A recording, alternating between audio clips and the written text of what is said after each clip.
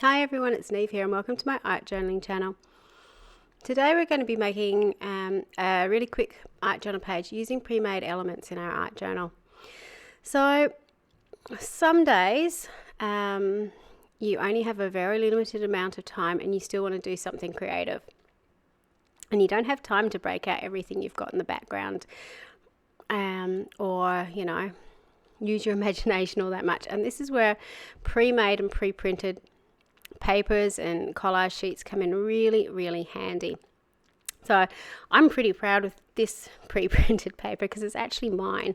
It's available through ScrapFX and it's printed on rice paper.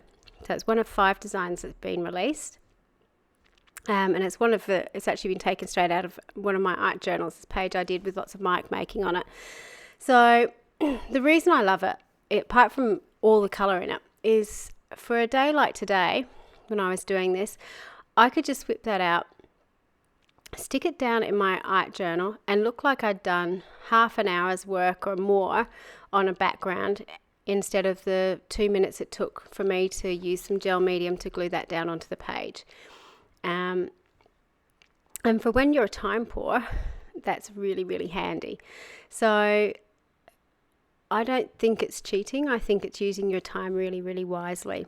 Now with a collage piece like this, it can look fairly intimidating because it's got lots of patterns on it. But you can chop it up into small pieces. You can make different body shapes out of it. You can do all sorts with it. So the limit is your imagination.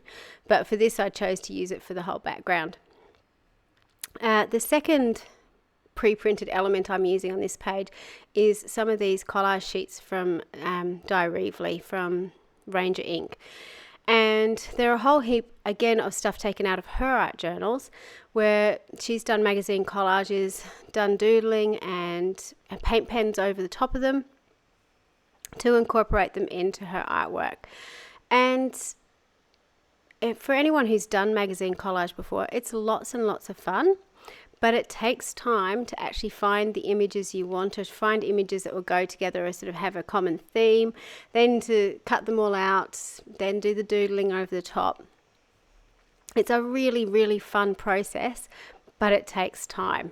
So having some that are already done for you is just really helpful. It's a great way to do a warm-up too. Things like this, something that's going to take you 15 minutes to do. You've got something you really like at the end.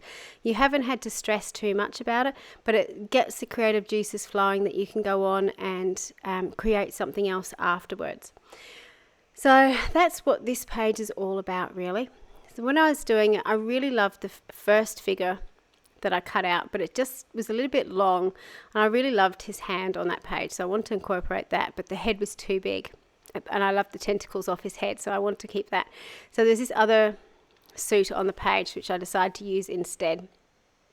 And the patterns on it kind of match the patterns in the background. So I've just trimmed it off to the way I wanted it. So again, be really ruthless with these. You don't have to use the entire image the way you want. If there's, a bit of the hand that isn't working for you, if you only want 2 tentacles and make it into a mohawk, chop away. And make it into your own.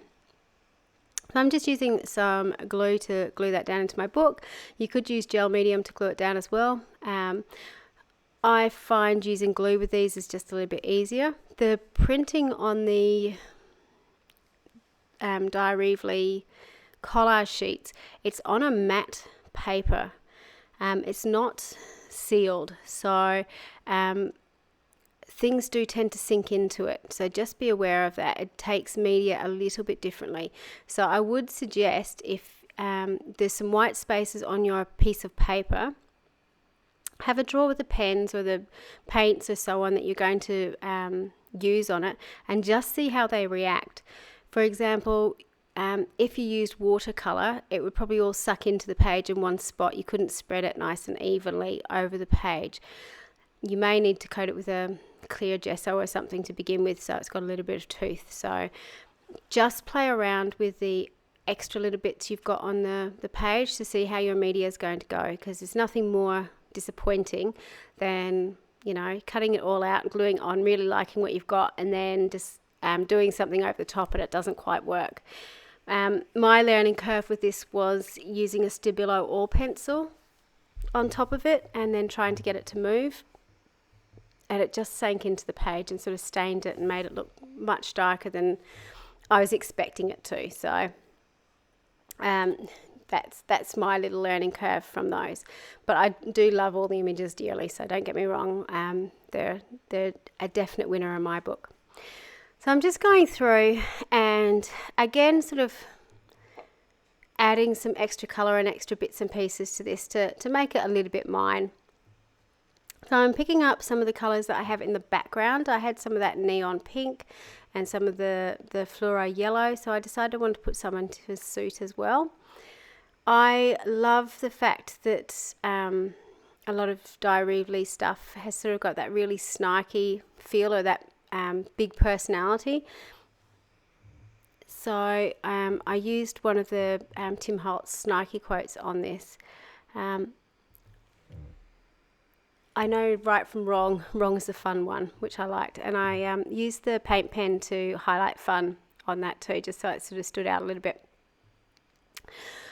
With the suit itself, I wanted to add a little bit more colour to it, so I'm just going in with a turquoise pen and adding a little bit more colour to the pattern, just to make it stand out from the background. And again, you can go as far as you want with this. To be honest, I think I would really like to cover the whole suit with that and go around the little flowers, but I was actually running out of time. I was about 11:30 at this stage and I was actually getting tired, so I just stopped where I was. But this is the finished piece. So it was really, really simple. I've only done two things to it. I've glued down a background collage, a background pattern paper, and then I've put the collage over the top. But it looks more complex than it actually is. So I would highly suggest, if you've got some pre-made elements, pull them out and have a go. Give yourself 15-20 minutes and see what you can come up with, because I'm sure you will have lots of fun. Until next time, bye for now.